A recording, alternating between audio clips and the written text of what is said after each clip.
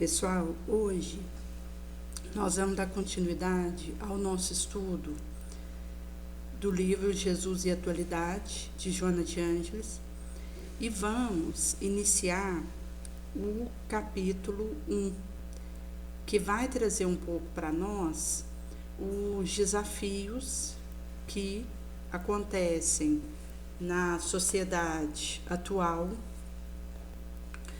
onde vai ser trago para nós os aspectos ligados a nosso testemunho para, diante dos acontecimentos, podermos perceber que há o segmento da postura que Jesus aconteceu, de mesmo nas situações que o encontravam e que o intimidavam, ele não se deixava constranger e abalar, mas conseguia, para cada vivência que ele tinha, ter uma resposta de liberar da injunção do ambiente,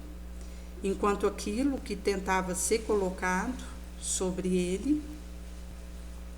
E nesse sentido que o processo evolutivo ele vai constituir para nós um grande desafio. Daí Jesus ele tinha a sua postura diante do que acontecia devido ao que ele já houvera amealhado na sua experiência transata até aqui.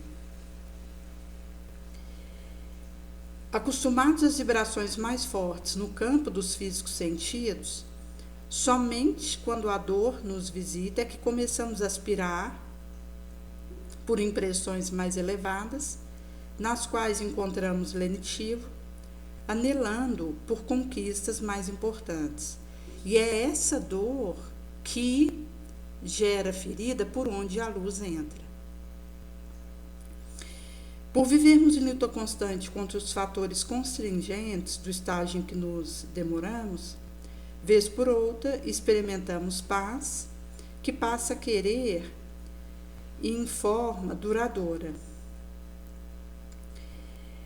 Então, quando Jesus ele estava diante de uma situação que tinha um efeito constringente, eles se desembaraçava daquilo.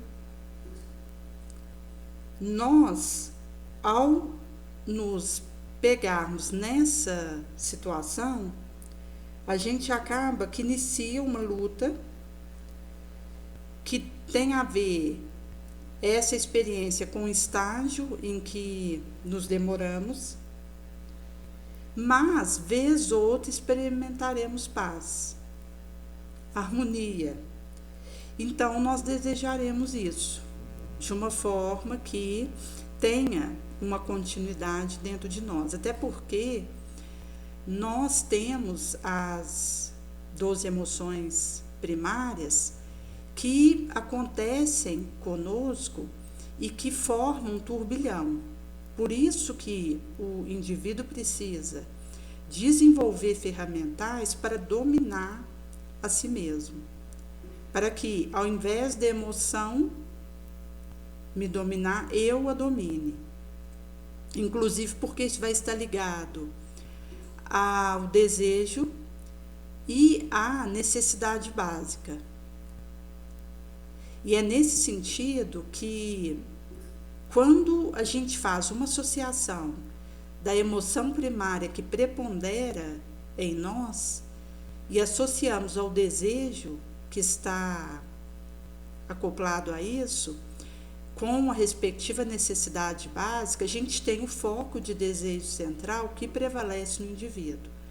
No e-book Novas Abstrações, eu coloquei o exercício para você saber qual é o foco do seu desejo central, associando a emoção primária que você mais experimenta.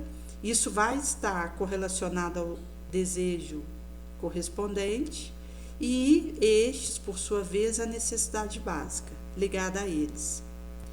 É nesse sentido que, a partir dessa autoanálise, é possível elaborar emoções mais elevadas. Daí a Jona vai dizer que no começo são as dores com intervalos de bem-estar que o assinalam, até conseguir a tranquilidade com breves presenças do sofrimento, culminando com a plenitude sem aflição. Então, mesmo que no início haja o intervalo de bem-estar com as assinalações da dor, chega o momento que o indivíduo vai conseguir a tranquilidade com presenças breves, sofridas, que vai culminar com essa plenitude sem aflição. Inclusive porque a gente vai, em meio a essa experiência, desenvolvendo resistência, compaixão, longanimidade. Então a gente tem, por exemplo, o bambu que se dobra para não romper, ele traz uma adaptabilidade, uma maleabilidade, que é a nossa principal potência e que nos permite lidarmos com diferentes situações, mesmo que imprevistas. Porque a força bruta, essa orgânica, ela não significa um recurso diferenciado. O que, na verdade, faz a diferença para nós numa jornada encarnada na Terra é a adaptabilidade. Porque se a gente pegar um carvalho que tem um tronco forte, ela não tem a mesma adaptabilidade de um bambu que ele, em meio a uma tempestade, a um ciclópico, se dobra, mas não rompe. Enquanto que esse carvalho, ele pode, dependendo da tempestade que recaia sobre ele, vir a ser esfacelado. Então, o indivíduo, quando ele tem a capacidade de se adaptar a uma situação rigorosa, imprevista, desafiadora, ele tem condição de desenvolver ferramentais protetivos e de flexibilidade importantes que vai me permitir, diante da situação que eu estiver vivendo, sair bem-sucedida.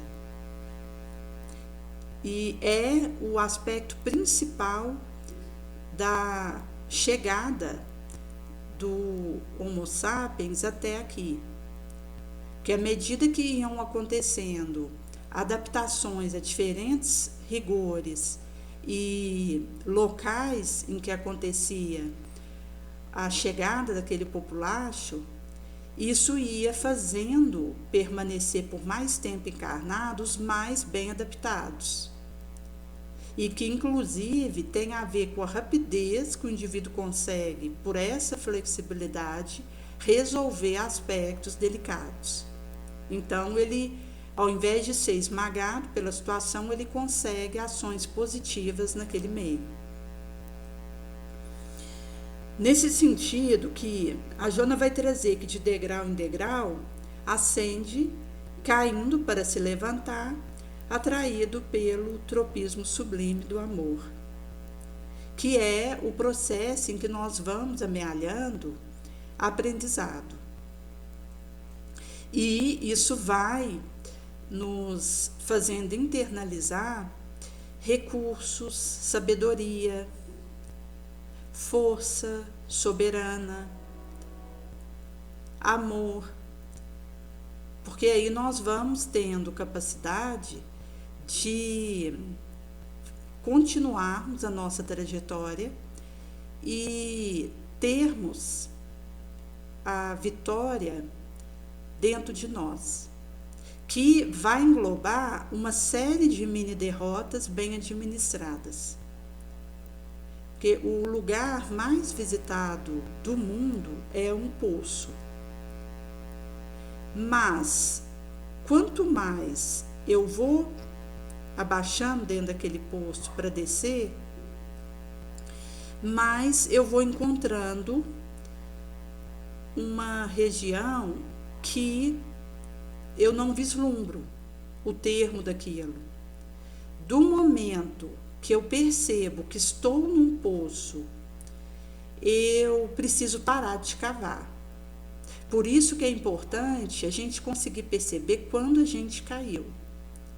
Porque cair, nós vamos, mas do momento que eu percebo aquilo que aconteceu comigo e posso começar a parar de cavar, eu não pioro a situação. Porque mesmo que eu esteja dentro de um poço, tombada, devido a uma falha minha, pode ficar pior.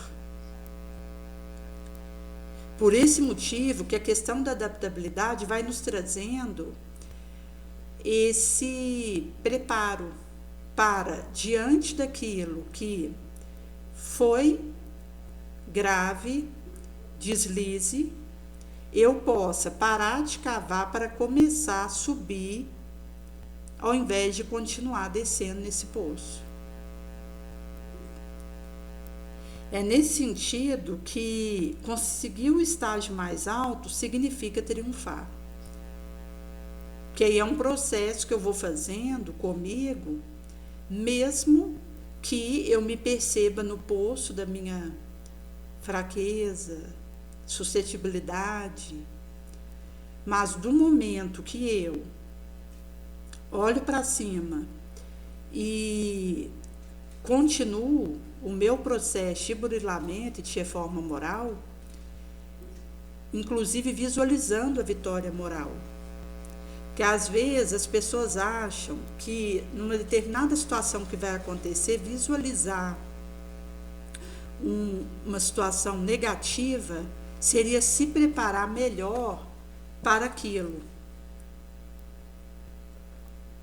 Como, por exemplo, alguém que vai precisar conversar com um filho porque descobriu que ele está fumando maconha.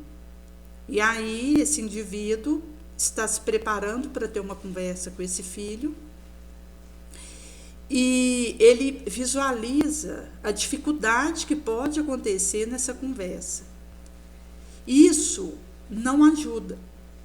Porque do momento que ele visualiza o que de difícil pode ter nessa conversa, achando que está se prevenindo para eventuais riscos e desastres que pode ter na conversa, na verdade ele está veredictiando vibratoriamente um desastre. Por isso que nós precisamos visualizar o positivo, o nobre, a paz, a concórdia, a solução naquela conversa que esse pai vai ter com esse filho.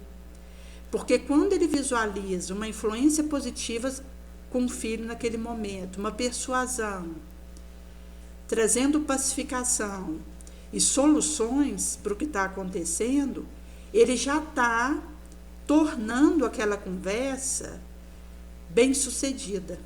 Daí, no momento que aquela conversa for acontecer, já vai fluir aquilo que ele visualizou.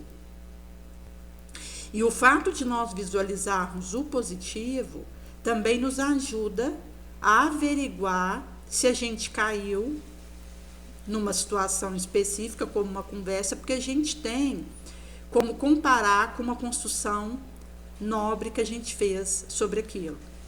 Então, a gente tem um parâmetro para uma comparação que vai nos mostrar se houve desvios que a gente tem que consertar. Que a gente tem essa prontidão moral. Daí ela vai dizer que o indivíduo inseguro e aturdido descobre uma conspiração quase geral contra o seu fatalismo. São as suas heranças transatas que, ora, ressurgem, procurando retê-lo na área estreita do imediatismo, em nível inferior consciencial, onde apenas se nutre, dorme e produz, com indiferença, pelas emoções do nobre, do sadio e do belo. Chegado aqui, o indivíduo estará anestesiado pela necessidade vegetativa, busca apenas o gozo, que termina por causar-lhe saturação, passando a um estado de tédio que antecipa a premente necessidade de outros valores.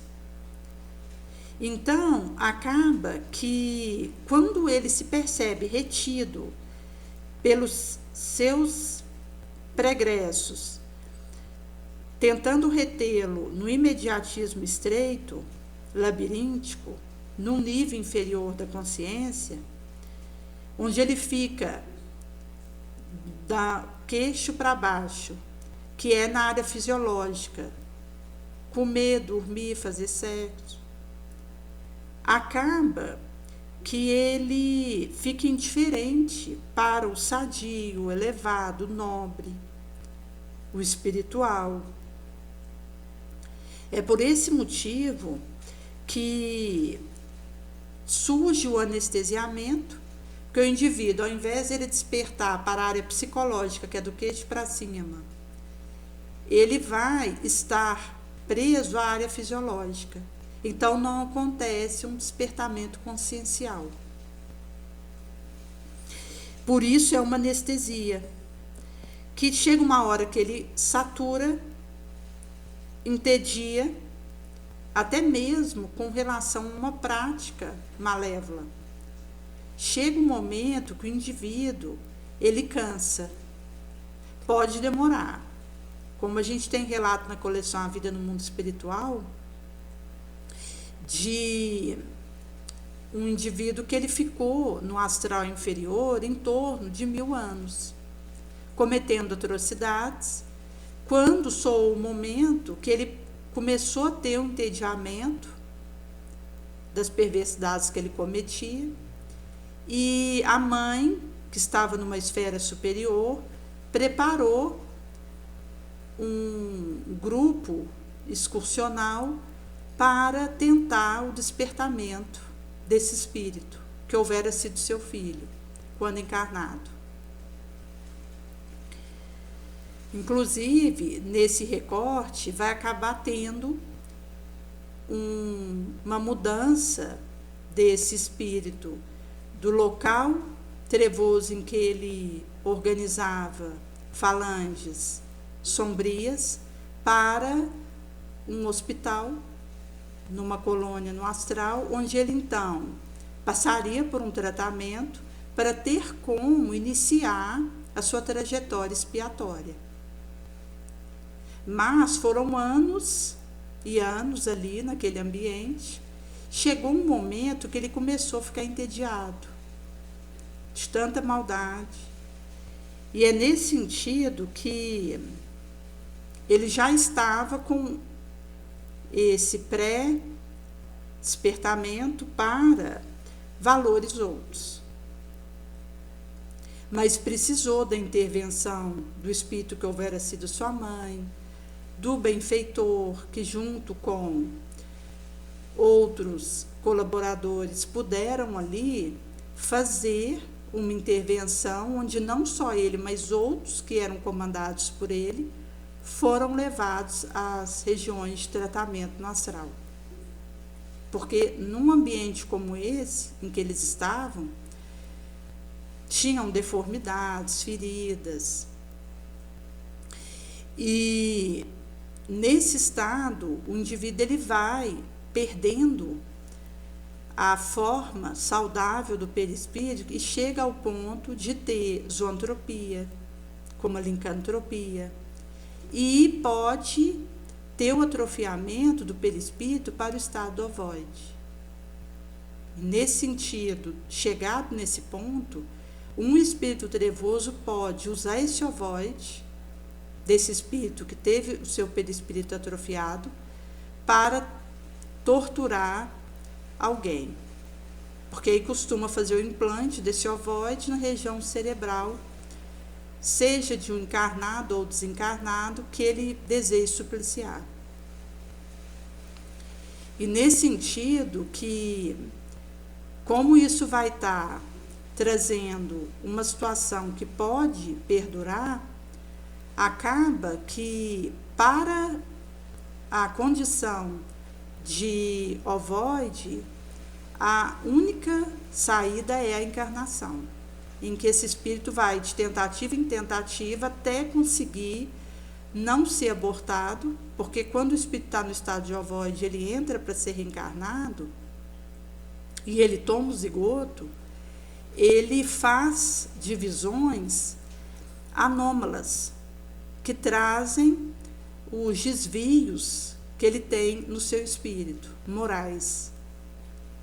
E é nesse sentido que aquele organismo que vai se formando sob o comando desse espírito acaba tendo falta de determinados órgãos, cânceres e correlatos que inviabilizam o nascimento daquele bebê, que pode vir a desencarnar ainda dentro do útero, que às vezes a mãe nem ficou sabendo que estava grávida, e aquele espírito, naquele tempo que ele ficou ali tentando construir o próprio corpo, mesmo que mal sucedido, para ele já é um avanço, que ele está aprendendo a retecer um organismo humano, e assim vai de tentativa em tentativa. Chega no momento em que esse espírito, ele chega a nascer, mas pode ter uma acromegalia e vir a desencarnar logo que nasce, ou viver 1 ano e vir a desencarnar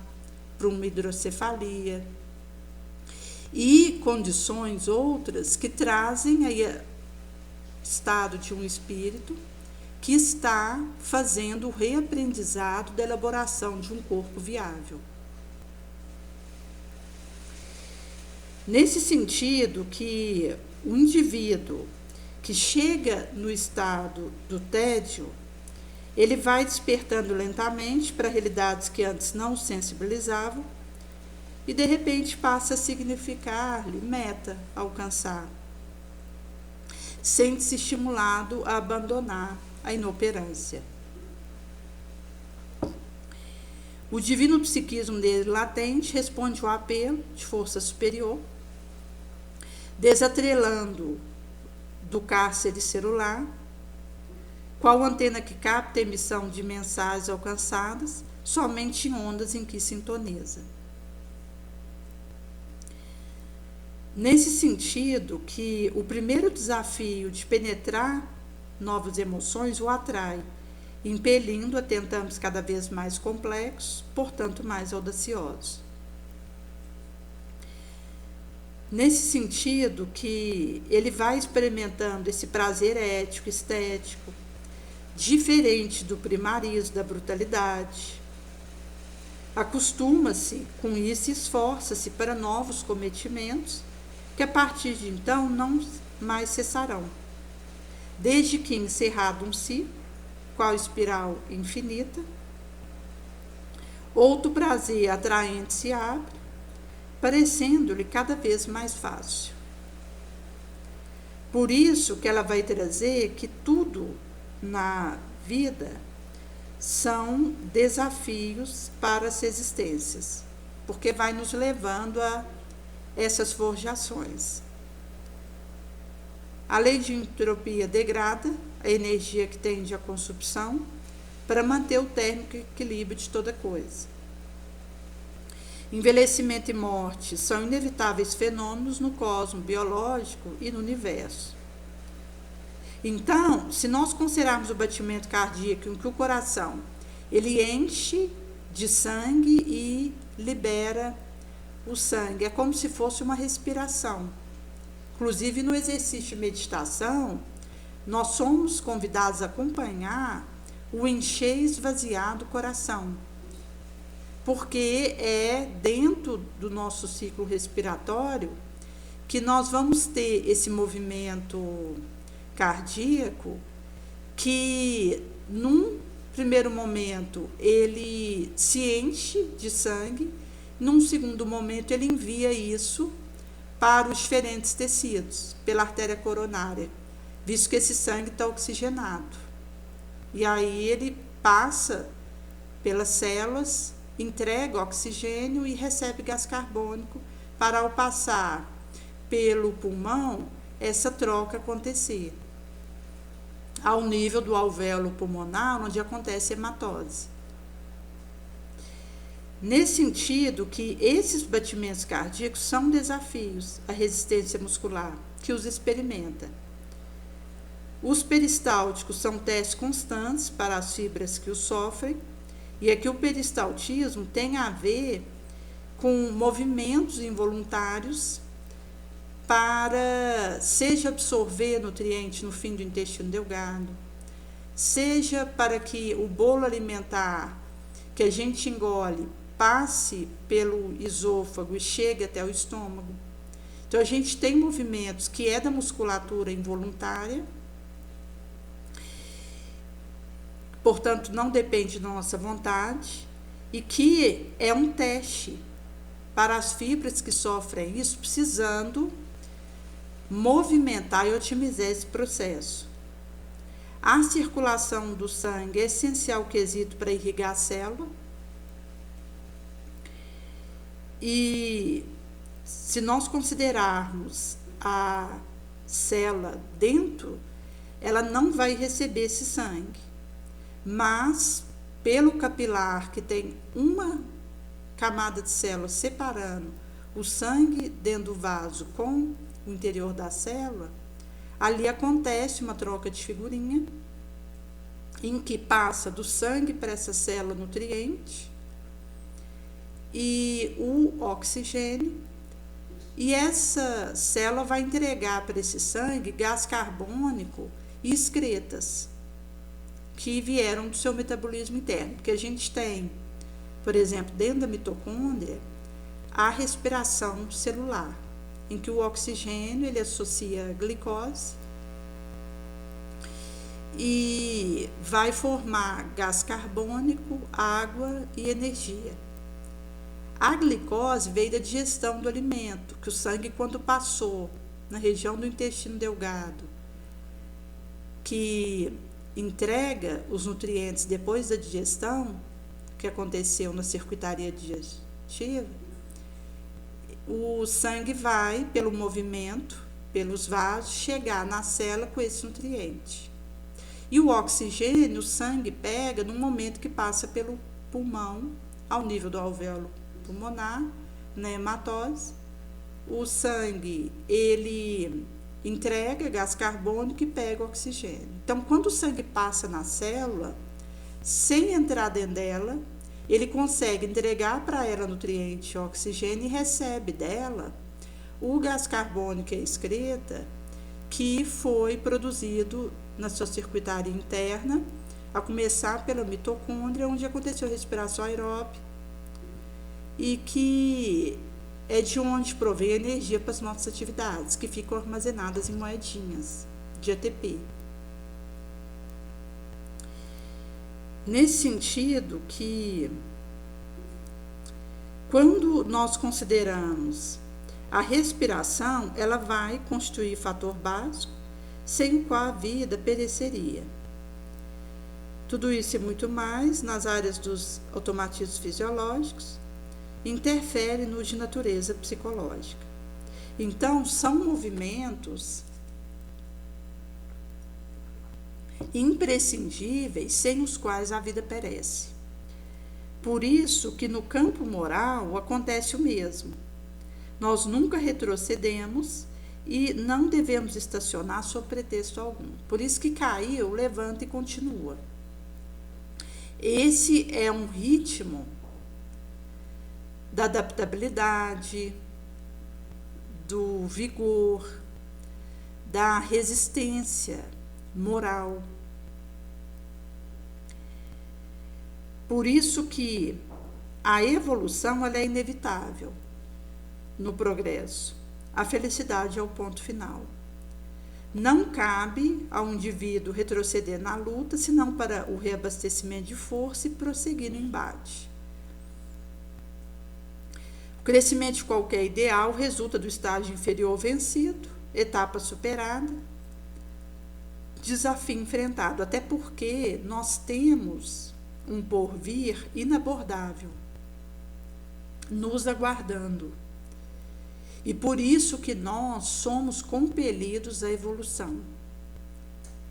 porque estando nas fases iniciais do processo de evolução, por estarmos num orbe de prova e expiação, existe um mundo desconhecido de orbes, de universos e de graus diferentes de estágios evolutivos que nós não alcançamos, até porque nós estamos numa dimensão que nos impossibilita de enxergarmos a vida em Marte.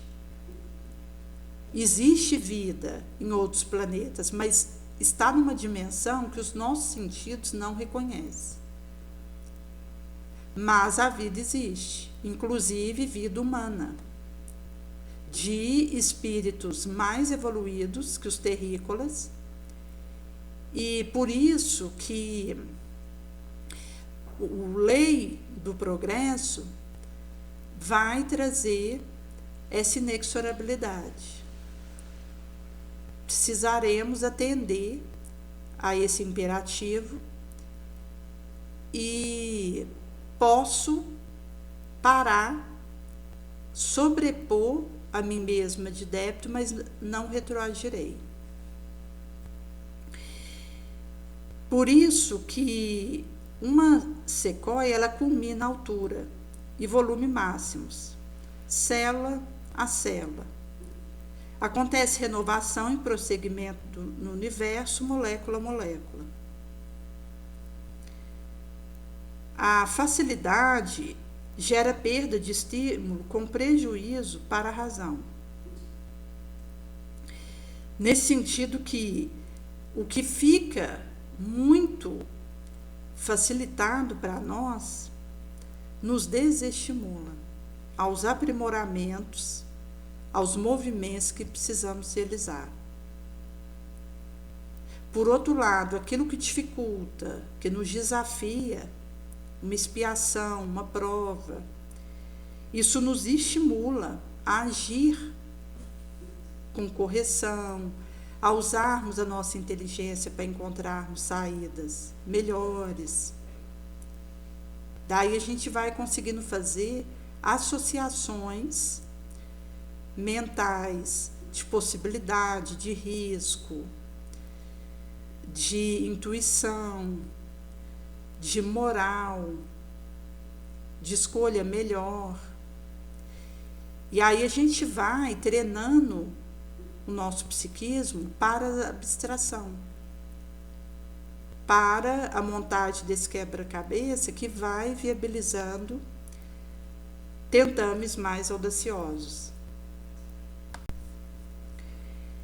Nesse sentido, que toda a vida de Jesus foi um incessante suceder de desafio, inclusive quando ele decidiu vir ter conosco, porque Jesus precisou de muitos anos para retecer um perispírito que viabilizasse a sua entrada na Terra, encarnado. Por isso que é inabordável os sacrifícios que Jesus fez para encarnar entre nós. Porque ele foi descendo de camada em camada para poder encarnar na Terra. À medida que ele ia descendo, ele ia remodelando um novo perispírito para que ele pudesse ter adaptação suficiente para encarnar como terrícola. Então ele estava numa região além do universo, ele desce para o universo em torno de 4.000 anos antes e começa a passear pelo universo, e 1.000 anos antes ele já inicia uma adaptação massiva. Então a gente tem aí uma aproximação do que Jesus precisou sequenciar para estar entre nós, encarnado. E do momento que ele nasce na Terra, continuou sendo desafio após o outro. Ele teve embates tanto no meio familiar como social, que foram os seus primeiros impedimentos, que ele ultrapassou em razão da sua superior finalidade para a qual viera. Ele não aceitara carregar o fardo do orbe em caráter de redenção dos outros, mas ensinou a cada qual a conduzir seu próprio compromisso em paz consciencial. Não assumiu tarefa alheia, mas demonstrou como fazê-la. Altaneiro, sem presunção, e tampouco sem submissão covarde. Então, da mesma maneira que ele agia, ele não infiltrava presunção. E também ele não adentrou o areal da submissão covarde, aquela que recua diante da boa luta. Ele percebia o embate que estava acontecendo e abraçava a parte que lhe competia e realizava, deixando seu testemunho. Mesmo sabedor das implicações legítimas que iam acontecendo à medida que ele ia agindo, porque ele não foi nem acolhido nem compreendido. Nesse sentido que os desafios da sociedade injusta e arbitrária chegaram-lhe provocadores mediante pessoas, circunstâncias e também situações. Apesar disso, sem deter-se, ele continuava íntegro, enfrentando sem medo ou ira.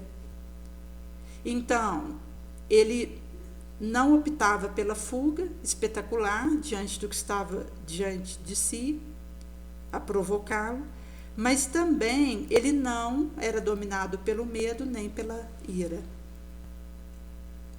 Então, mostra aí a relação de Jesus com as suas emoções, o domínio fino, o fio da meada que ele fazia com aquilo que acontecia dentro de si, partir do foco do desejo central do Mestre, porque a vontade de Jesus tem um poder incalculável e ele conseguia transpor a condição grosseira da matéria e divisava o espiritual. Por esse motivo que ele vai se mostrar para nós como o caminho da verdade da vida, como modelo e guia. Porque nem todo modelo é guia e nem todo guia é modelo. Então, se a gente resolver sair do Brasil para ir para a China numa excursão, vai ter um guia lá que nos auxiliará a ir nos locais visitáveis, a evitar algum congestionamento, a escolher um hotel que viabilize um terceiro local que iremos depois. Esse guia, ele não é modelo daqueles que estão ali com ele, naquele ônibus circulando pela China, mas ele é o que está guiando aquele povaréu. Quando existe um modelo que um indivíduo toma para si do meio artístico e acaba que se torna fã daquele cantor e deseja seguir os seus passos, esse cantor pode ser o modelo desse adolescente, mas não é o guia, por incapacidade moral, que inclusive demonstra a falibilidade de escolhermos um modelo humano, ainda com as lutas para não cair. Já com Jesus, a gente tem tanto aquele que nos dá um modelo de conduta e de vitória sobre a nossa sombra, de administração da nossa emoção, do nosso desejo, da nossa necessidade, de elevação para nobilitarmos o nosso desejo central e fazermos escolhas saudáveis, ao mesmo tempo que Jesus ele nos guia. que ele nos dê um testemunho, modelar, e também é o nosso guiador. Nesse sentido que, depois que passou aquele tempo em que ele esteve encarnado entre nós, permaneceu o doentio resíduo.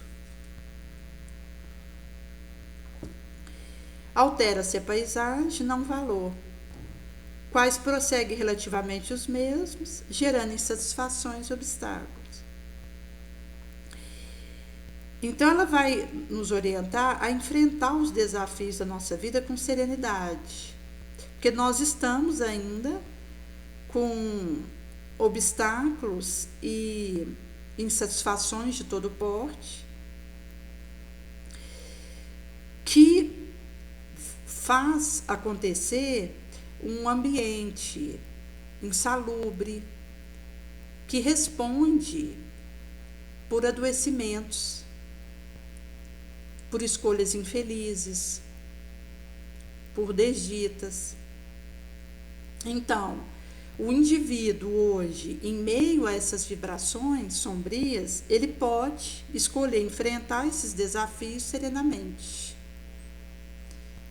Inclusive porque a consciência do dever cumprido é o travesseiro da nossa mente.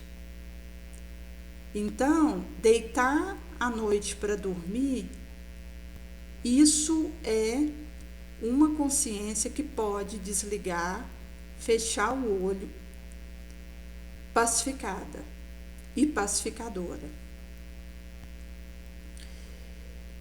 Inclusive, a gente tem relato de criminoso que não consegue dormir mais como dormia antes. Às vezes o indivíduo, quando ele cai numa situação de assassinar, que vai trazer esse aspecto que a Jona trouxe, de uma provocação, de uma tentação, em que ele não foi forte o suficiente para resistir, e que mostra uma realidade nossa, de terrícolas, enquanto precisando desenvolver resistência e força moral para vencermos a nós mesmos, porque a tentação ela vai continuar, a provocação ela vai continuar. O que precisa ser forjado é a nossa luz. São as nossas escolhas por sentimentos de bondade, caridade, compaixão, perdão. E é nesse sentido que, quando a gente pega um indivíduo que cometeu um crime, ele caiu perante uma tentação, e nessa situação ele vai precisar encontrar expiação para resolver. E não é perante o outro que ele tem assassinado, é perante a própria consciência. O outro pode perdoá-lo, se libera daquela situação, segue a sua trajetória evolutiva, mas quem cometeu o ato atroz fica com a mancha na consciência, que vai cobrar do indivíduo reparar. E é nesse sentido que, do momento que o indivíduo ele comete aquele assassinato, eles não têm o mesmo sono. Há relatos de assassinos em série que passam a noite vendo suas vítimas, atormentados por essas visões, ouvindo vozes. E acaba que o indivíduo ele entra numa espiral de pesadelo que vai o enlouquecendo, porque aí ele já não consegue um descanso adequado, e isso vai gerando repercussão legítima sobre a circuitaria do indivíduo. Por outro lado, do momento que acontece uma prisão e o indivíduo está na cadeia, e, portanto, ele começa a espiar o que ele fez, ele já vai tendo uma recuperação, porque ele se percebe espiando. Então, na medida que ele consegue viver atrás da grade, sem revoltar, aproveitando a experiência expiatória para poder se liberar um dia daquela mancha moral, ele já vai encontrando, mesmo que minimamente, um refortalecimento, porque ele está na experiência expiatória. E aí, conforme ele vive isso, ele libera essa situação e pode ir para outros tentando. Ele não precisa voltar mais naquele tipo de expiação, porque soube viver aquela experiência. E aí, passando pelas 3 fases da expiação, que é o primeiro arrependimento, depois o resgate e depois a cura, ele se reabilita perante a lei de causa e efeito, aquela mancha consciencial desaparece, extirpa a causa disso e consegue dar sequência à sua trajetória. Por esse motivo que a Joana vai trazer, quanto mais serenidade a gente tiver para lidar com os desafios, melhor, porque as tentações vão vir e elas dizem da minha fraqueza. O indivíduo é tentado na sua fraqueza. Aquilo que não é tendão de Aquiles para mim, telhado de vidro, não me vulnerabiliza. Por isso que tem determinada situação que para alguém é tentador e para outro não.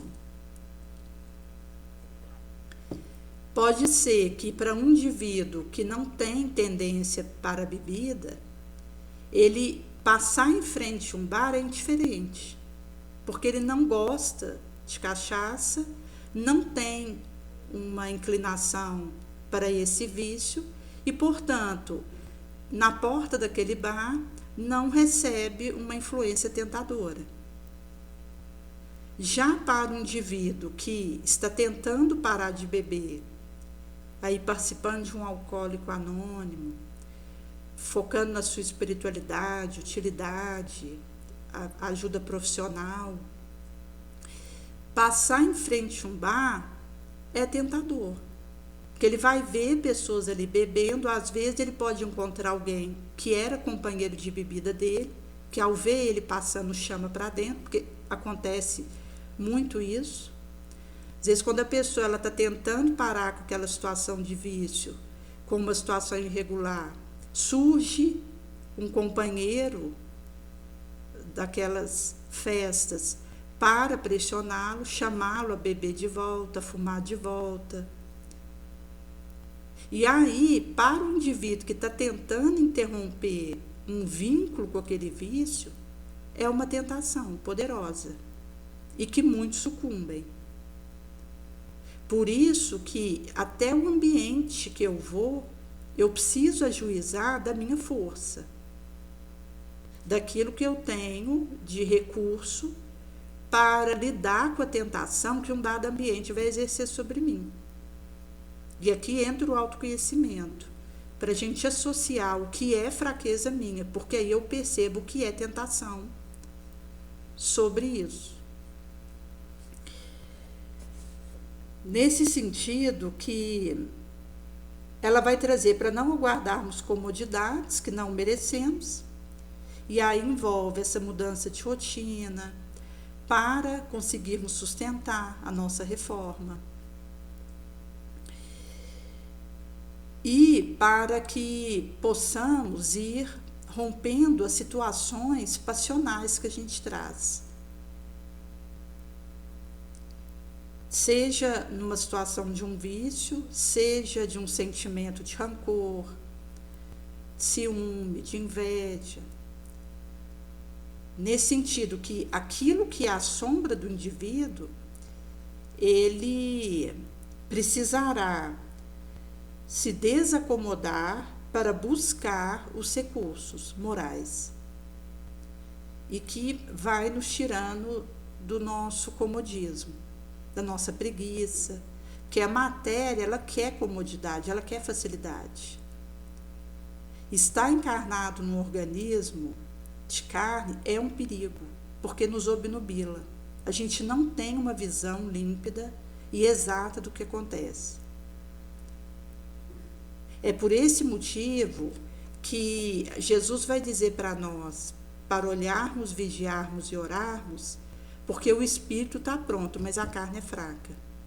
O espírito ele pode ter instrução, ele pode ter vontade de fazer o bem, ele pode ter uma intenção maravilhosa, engajar naquela proposta nobre, mas a carne continua a ser fraca. Então, mesmo com aquele empenho engajativo do meu espírito, eu posso cair de novo no mesmo lugar, ligado à minha sombra, à minha vulnerabilidade, e para o qual a tentação direcionada para aquilo tem um efeito devastador, que pede resistência. E por isso a Jona vai trazer aqui das amealhações de resistência, de adaptabilidade, de força moral. Realiza sua marcha indômito, preserva os teus valores íntimos, aumenta na sua ação diária. Quem temer escuridão vai se perder na noite. Sê tu aquele que acende a lâmpada, clareando a sombra. Jesus, ao ser desafiado, ele venceu. Segue-o e nunca te detenhas ante desafios para o teu espiritual crescimento. Então, a preservação do valor íntimo, que a gente vai conseguindo fazer esse aumento, mesmo que a gente consiga pouco, mas ela nos convida a aumentar esses valores íntimos na nossa ação diária. E aqui ela acaba trazendo para nós o conceito de disciplina, de mudança de hábito, em que mesmo em gota homeopática, a gente vai substituindo um valor por outros saudáveis.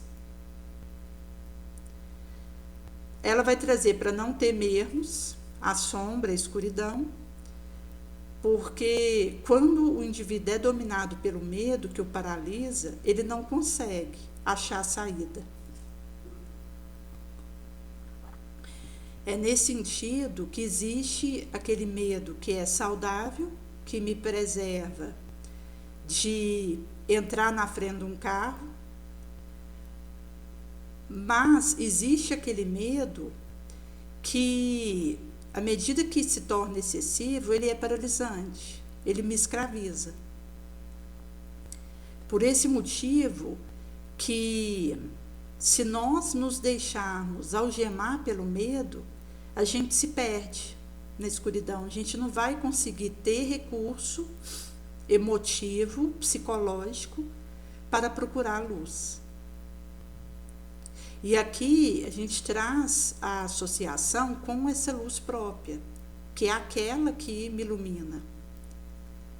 Porque do momento que eu atravesso uma floresta escura, a luz que eu trago comigo vai clareando meu próximo passo. Por isso ela vai trazer para nós acendermos a lâmpada e clarearmos a sombra. Então, esse autodomínio, em que eu não sou paralisada pelo medo, vai me permitindo acender a minha tocha, e isso vai iluminando a sombra. Porque daí, essa tocha acesa ilumina a mim e a outrem. E aqui o testemunho de Jesus. Ele fora desafiado e conseguiu a vitória, porque ele não se deixava levar por emoções, por ter o pleno domínio de si mesmo. Nesse sentido, que em Jesus o desejo estava associado e submetido a uma vontade nobre, soberana. Então, um chacoalho emotivo e um desejo que pudesse estar ligado a uma necessidade enquanto encarnado não tinham a voz derradeira, o veredito sobre ele. Ele tecia e fermentava um autodomínio, uma condição interna que ele sustentava. Por esse motivo que o desafio chegava, e nós temos vários relatos dos evangelhos mostrando as ciladas que eram armadas para Jesus e a maneira como ele vencia cada situação. Ele não se detinha, e isso extravasava a sua espiritualidade, enquanto uma envergadura crística que veio ter conosco, mas participou da nossa condição, experimentando as dores humanas, as limitações. Nesse sentido que a gente tem um relato de quando ele estava no deserto e que veio um espírito inferior para tentá-lo, mas quando isso aconteceu, ele já estava há dias sem comer, sem beber. Num estado desse, ele estava faminto, ele estava sedento, e quando vem alguém oferecer para ele que transformasse uma pedra que fosse num pedaço de pão, isso foi uma experiência real para Jesus de tentação. Mas ele conseguia, diante daquilo que o assodava, ter o império do autodomínio. Mesmo com uma necessidade básica desatendida, qual a de estar alimentado, que é algo primário, de uma circuitaria que pede um nutriente para funcionar, Jesus, sem isso, ele conseguiu dizer não para aquele pão. E à medida que o tentador ia trazendo situações para Jesus que tentavam arrastá-lo, ele ia conseguindo demonstrar sua superioridade moral. Jungido, qual estava num organismo terrícola, mas soberano. Por isso que ele vai nos trazer que é possível vencermos a carne. Mesmo em meio às tentações, aos desafios, nós podemos, com a esperança, a fé, inclusive quando a gente tem o otimismo, é quando por fora está favorável numa determinada situação, e aí por dentro a gente também favorabiliza e fica otimista. Na esperança é quando por fora está sombrio e por dentro eu continuo acreditando que vai melhorar. Então, a esperança, ela acaba que frutifica. E ela vai se multiplicando.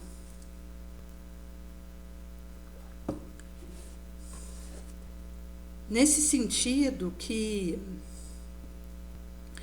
quando nós somos chamados a essa proposta, vai significar essa gratidão, por nós percebermos que temos um modelo e um guia e que por isso é possível a gente dar conta. Como vai ser trago em Palavras de Vida Eterna, no capítulo 113, agradeçamos sempre, em que é trago um recorte de Efésios 5:20, em que Paulo vai dizer, dando sempre graças a Deus por tudo, em nome de nosso Senhor Jesus Cristo. Então, o que vai trazer que muitos perguntam como render graças a Deus pelas dores que sacodem a vida, mas se nós fizermos uma reflexão leve, perceberemos a função renovadora do sofrimento. Se o indivíduo atravessa um período longo de enfermidade, do qual ele vai se refazendo dificilmente, inclusive porque o organismo, ao ser ferido, ele já busca regeneração. Uma árvore que é machadada, ela já vai com força para poder recuperar aquele tecido lesado. Então, se o indivíduo ouve a voz da própria consciência, percebe que a moléstia física foi um valioso socorro, para que ele não arrojasse a tremenda luta espiritual. Alguém surripiado na vantagem financeira que o colocava em destaque no serviço que o assegurava subsistência.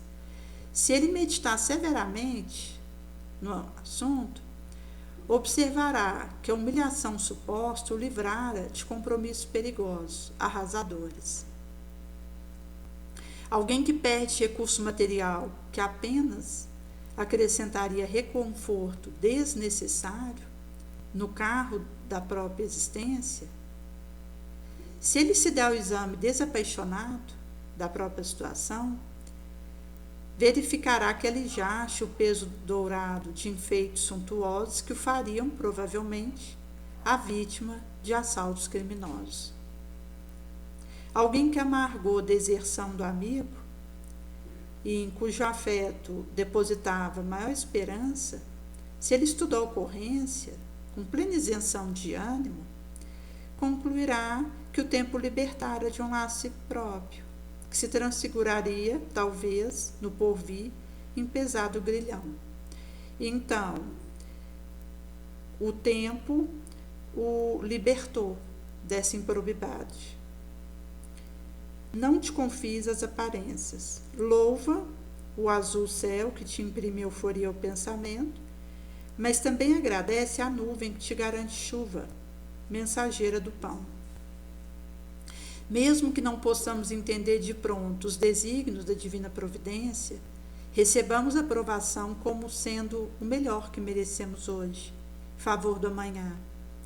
Ainda que dolorosas lágrimas nos lave a alma toda, rendamos graças a Deus. Então vai estar trazendo essa gratidão, que do momento que nós conseguimos ter essa percepção da nossa trajetória, nós poderemos enxergar o livramento, a proteção.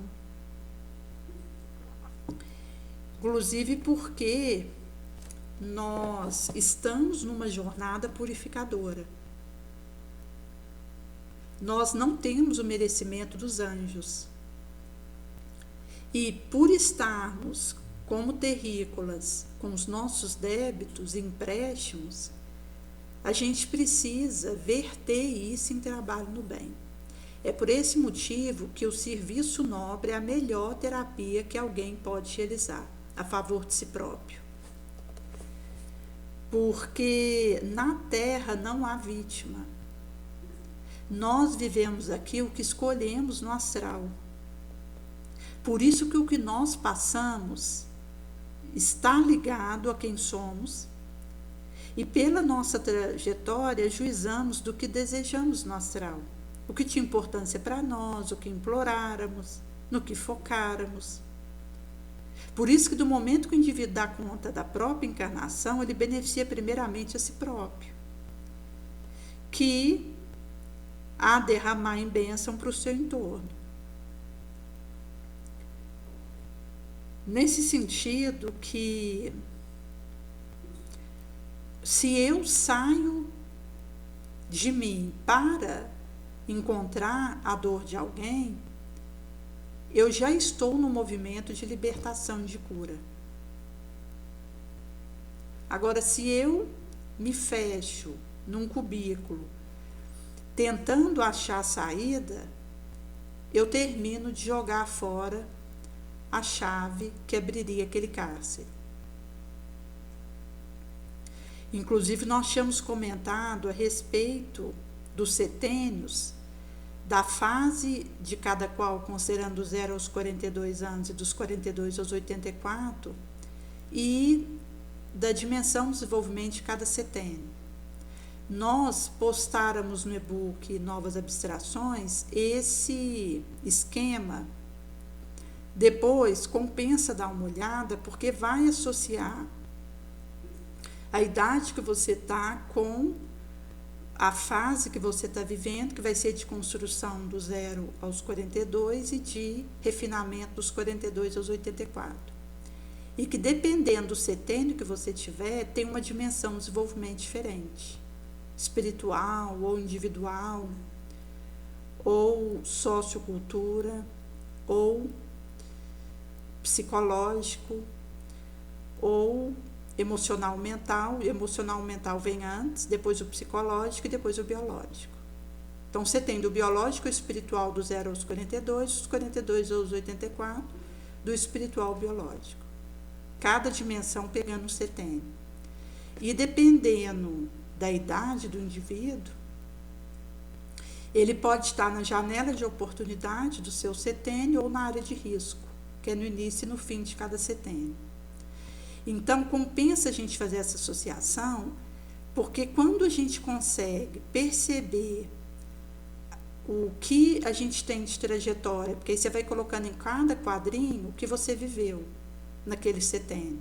No próprio PDF tem como editar, e aí a pessoa vai escrevendo em cada setênio, referente à dimensão de desenvolvimento daquele setênio, o que a pessoa viveu, por exemplo, do 0 aos 7 anos, no dimensional biológico, que é o do 0 aos 7 anos, mas se ele teve experiências em outras dimensões de desenvolvimento, ele coloca as que forem relacionadas a cada uma das outras, seja acontecimento positivo ou acontecimento negativo.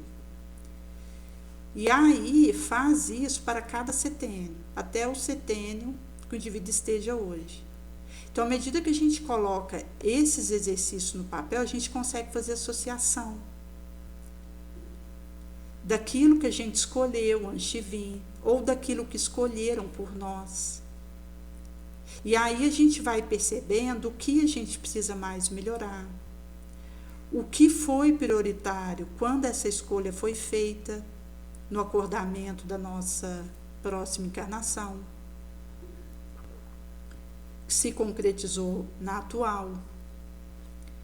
Então, vai nos dando uma série de pistas em que o indivíduo, à medida que ele vai montando esse quebra-cabeça, ele vai conseguindo perceber os propósitos para cada área da sua vida e a missão dele. E vai também percebendo aquilo que é experiência expiatória, aquilo que é experiência provacional, enquanto gênero de provação que você tem. Porque isso está associado ao que eu preciso melhorar. O indivíduo ele vai ter provas na área que ele precisa burilar.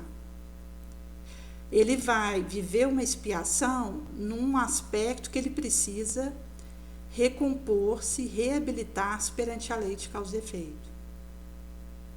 E ele vai ter um trabalho no bem, ligado à sua missão aqui, referente àquilo que ele percebeu de habilidades e que gostaria de colocar isso frutificando para o bem comum. Considerando o que ele quis e como ele entendeu que poderia aproveitar melhor o tempo. Então, é uma análise profunda e que vai retratar essa reflexão. E isso vai nos trazendo da paciência, que é essa capacidade de esperar de maneira ativa, silenciosa, pela transformação, pela renovação da vida, a capacidade de aguardar. Até para essa leitura de nós mesmos. E é por esse motivo que se torna uma experiência em que a gente vai aprendendo. Por isso que a tranquilidade consciencial, a serviço do bem libertador,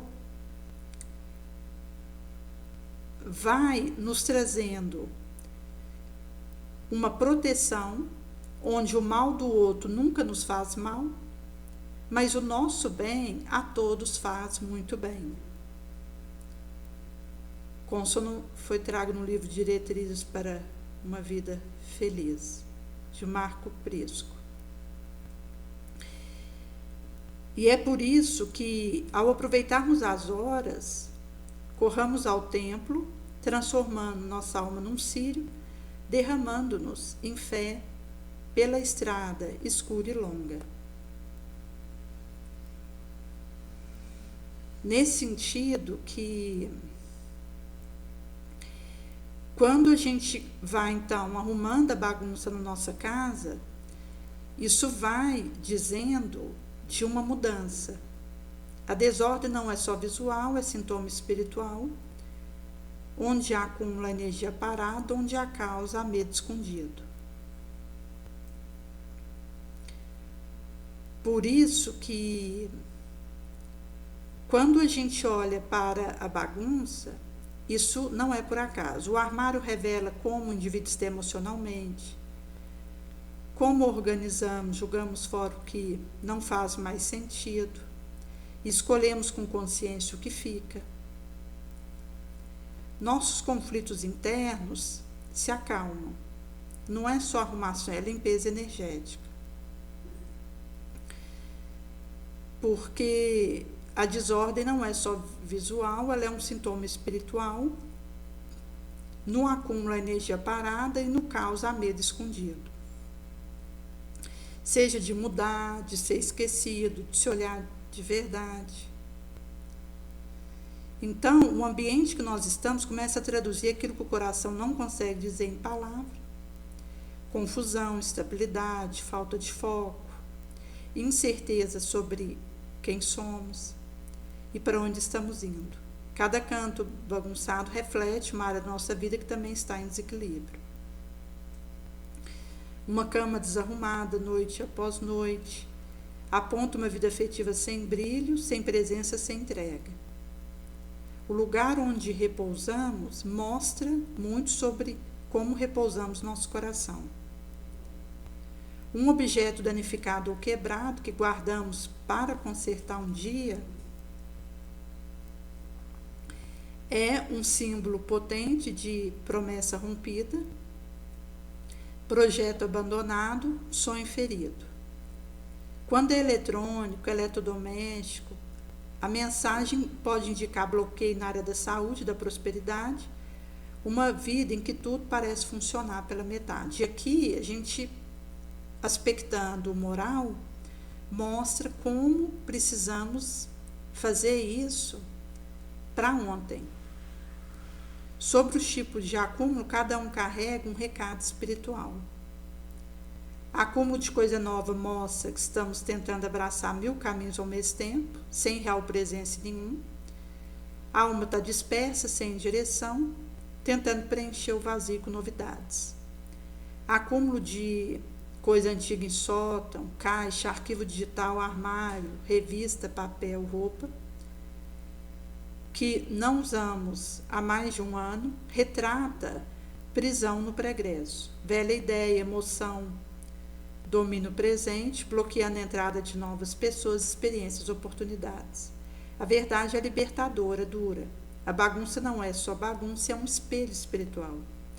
Quando organizamos a casa, sem percebermos, organizamos a própria vida.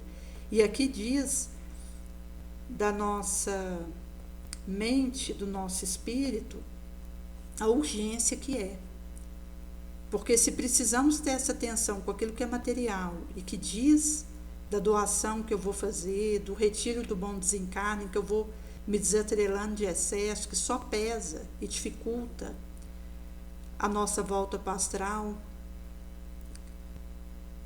E quando é assim, soando o nosso momento de retorno, nós estaremos aprisionados. Por outro lado, se a gente segue essa orientação que foi trago, a gente vai desentulhando, levificando nossa mala, suavizando nossa bagagem. Isso vai nos espiritualizando para o que importa.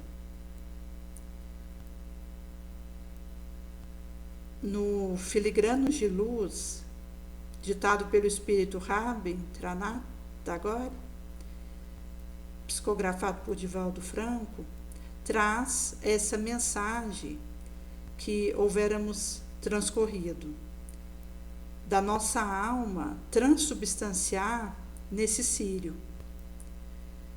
Porque na estrada, com risco, perigo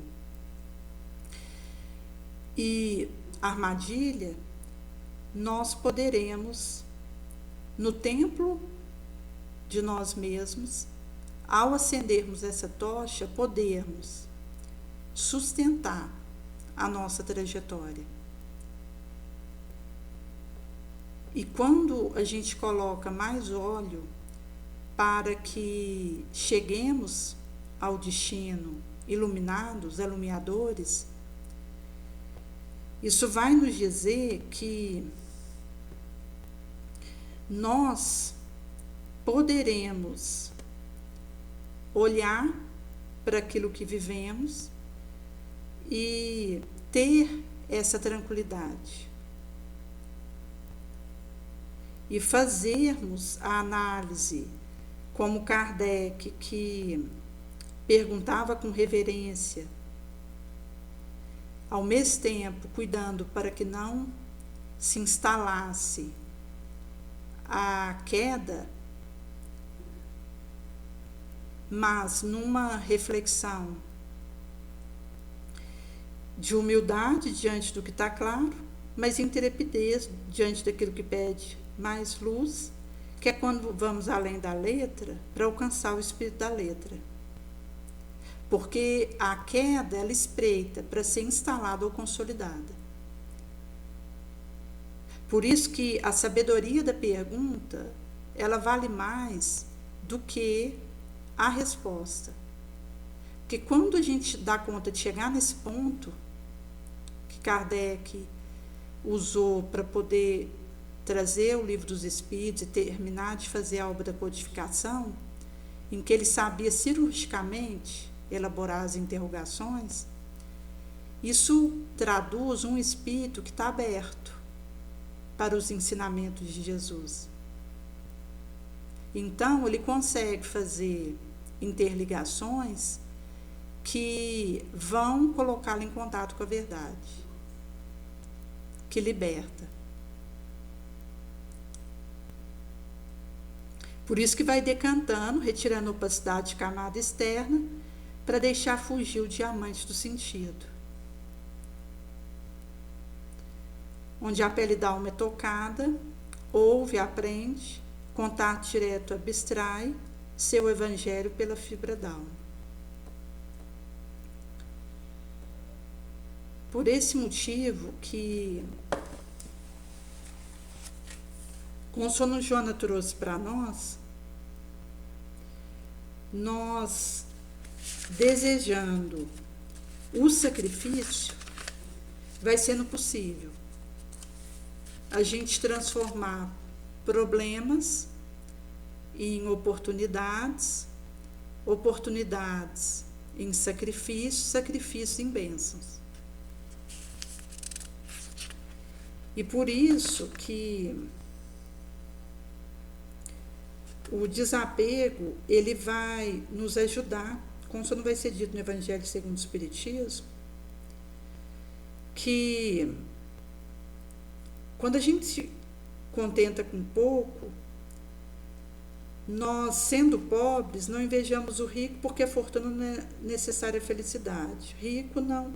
Esquecemos que esses bens nos estão confiados e que deveremos justificar seu emprego, como sendo tutores, para sermos depositários fiéis, fazendo servir à satisfação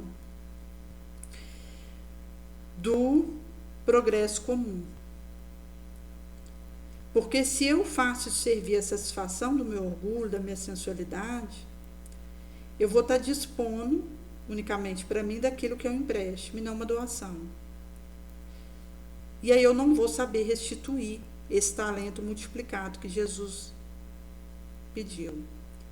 Com isso, perco o direito de pedir, e aquele que dá aos pobres se quita da dívida que contrai com Deus. Dito por Lacordaire, Constantina, 1863. Por isso que,